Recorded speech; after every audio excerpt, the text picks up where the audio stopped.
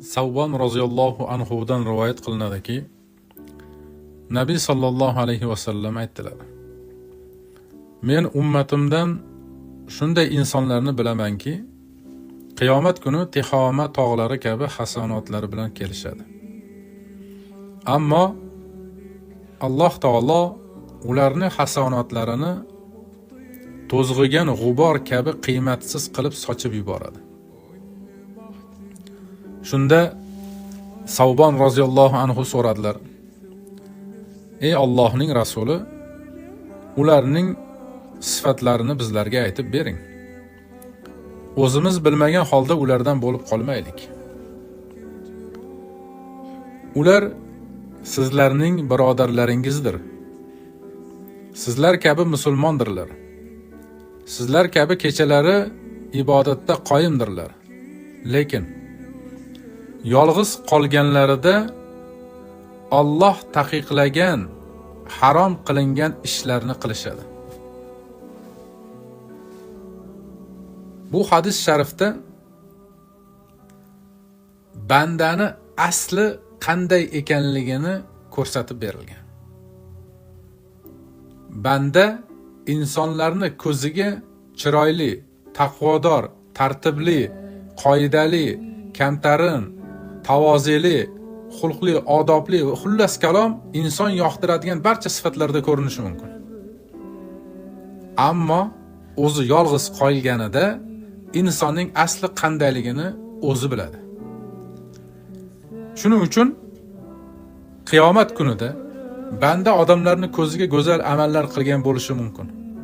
Namozxon, ro'zador, ehsonkor, tavozeli, kamtarli va hokazo ishlarni ko'rsatgan bo'lishi mumkin.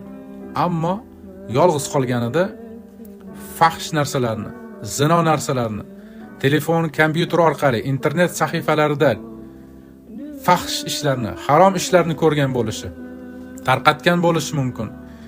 Yolg'on gaplarni, tuhmatlarni odamlarga gapirgan bo'lishi mumkin. Bugungi kunda internet tarmoqlarida bu narsalar urchib ketgan. Internet saytlarida nomahram ayollar, nomahram erkaklar bilan bemalol xuddi o'zini bir yaqin mahram insonidek gaplashaveradi. Uni eri borligi-yu, uni eridan ruxsatsiz biron bir narsa qilish keraklimi, yo'qmi, u narsalarni so'rab o'tirmaydi. Xotirjam bu ishlarni qiladi. Fahsh ishlarni qiladi, fahsh gaplarni gapiradi. Erkaklar ayollarga, ayollar erkaklarga. Ko'radi, tarqatadi. Ammo odamlarning ko'ziga esa dindor, taqvodor, zikrli, salovatli va hokazo bo'lib ko'rinaveradi. Yana katta gunohlardan inson yolg'iz qolganida insonlarning haqlariga o'g'irlik qiladi. Ya'ni bu iqtisodiy ma'noda. Pul mablag'larini o'g'irlashi bu maxfiy qolganda qilinadigan ishlardan. Shu o'g'irlikni o'zi ham shu. Ma'nosi shu. Ya'ni odamlarga ko'rsatmasdan turib ish qilishlikni, uni haqqini olishlikni o'g'irlik deyiladi. Xalqning haqqini, mollarini talon-taroj qiladiganlar bo'ladi. Masalan, xalqning haqqiga qurilish kerak bo'lgan narsalar bo'ladi. Bir joylarni obodonlashtirish kerak bo'ladi. Insonlarni haqlari, maoshlari, nafaqalari, ehsonlari yetib keladigan va bir insonning qo'liga tushadigan pul joylari bo'ladi. U odamlar nima qiladi? Ana shu pullarni talon-taroj qiladi. Ya'ni o'zlari yolg'iz o'tirib olib, hisob-kitob qilib, odamlarning haqlarini urish uchun o'tiradi. Bundan buncha olib qolamiz, bundan buncha olib qolamiz deb o'zlaricha hisob-kitob qiladi. Ularning boshida hech kim turmagan bo'ladi. Ya'ni ularning tushunchasida, ularning nazarida meni bu ishlarimni hech kim ko'rmayapti, men bu ishni sip-silliq chiroyli qilib qo'ydim deydi. Keyin tashqariga chiqib, o'sha o'g'irliklarini yashirib, chiroyli suratda bir ishlarini o'zlaricha ko'rsatadi. Mana biz bu ishni qildik deydi. Xalqqa ana shu narsani, odamlarga ana shu narsani ko'rsatishga harakat qiladi. Go'yoki mana biz mana shu berilgan pulga mana shuncha ishlarni qilib qo'ydik deydi. Aslida esa maxfiy, yashirin joyda asli mablag'lar boshqa joyga ketgan, talon-taroj qilingan bo'ladi. Alloh taolo buni ko'rib turibdi. Chunki Alloh Qur'oni Karimda 4 kishi bo'lsangiz 5-inchisi men. Yolg'iz bo'lsangiz sizni yoningizdaman degan Alloh taolo eslatma berib qo'ygan.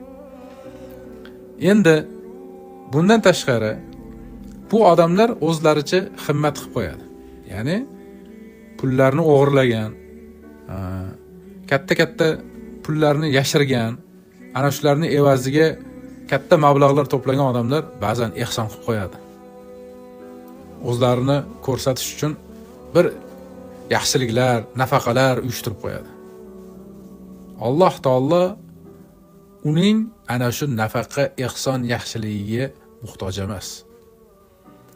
Alloh taoloning birdan bir bandani yerga qo'yishdan maqsadi bandachiligini ko'rishida uni berayotgan ehsoniga muhtoj emas Alloh taolo. Yaxshiligiga muhtoj emas.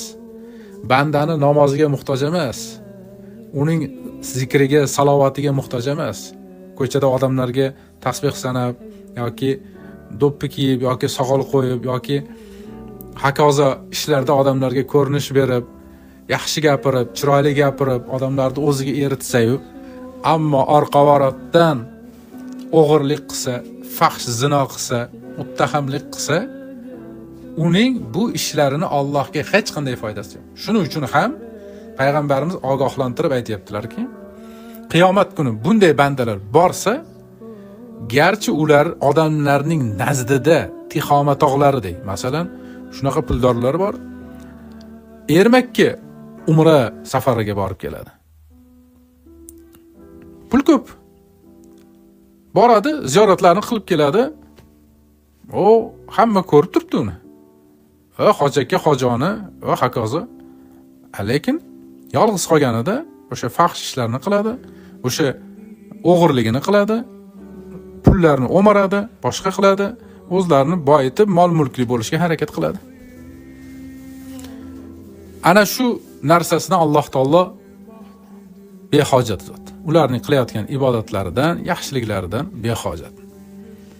Shuning uchun qiyomat kunida ularning ibodatlari katta bo'lishi mumkin. Hammasini sochib yuboradi. Va bandani aslini ochib beradi. Ya'ni Alloh taolo aslini ochib beradi. Mana bu banda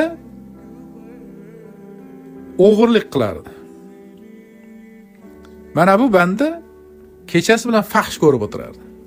Mana bu banda kechasi bilan kompyuter, internetda o'tirib olib, odamlarga tuhmat, yolg'on tarqatish bilan ovora bo'lib o'tirardi. Mana bu banda kechasi bilan nomahram erkaklar bilan yozishib o'tiradigan ayol edi. Eri narigi xonada uxlab yotadi, uni xabari yo'q. Bu telefonda o'tirib olib, boshqa erkaklari bilan xiringlashib, xaxolashib, har xil nomahramlarga mos bo'lmagan ishlar bilan gaplashib o'tiradi. Yuzini ochib beradi. Aslida esa uni odamlar ko'rardiki, hijobli, taqvodor, shunaqa yumshoq gapirgan yoki ana u pulni o'margan odamni har xil yaxshi ishlarni qilgan, hali suv o'tkazgan, hali ko'cha tekkan odamlar shunday ko'rardi uni. Ammo ichkarida esa boshqa amalni qilgan. Ko'rardi, taqvodor, ibodatli, ammo kechasi bilan fahsh ishlarni ko'rib, fahshga mubtalo bo'lgan bo'ladi. Alloh ularni aslini mana shunday ochadi. Shuning uchun uning ibodatlari yengil bo'lib qoladi. Uni darajasi bo'lmaydi. Shuning uchun banda aslini Alloh taologa ko'rsata olish kerak. Alloh taologa yolvorish kerak. Alloh taoloning rahmati kerak.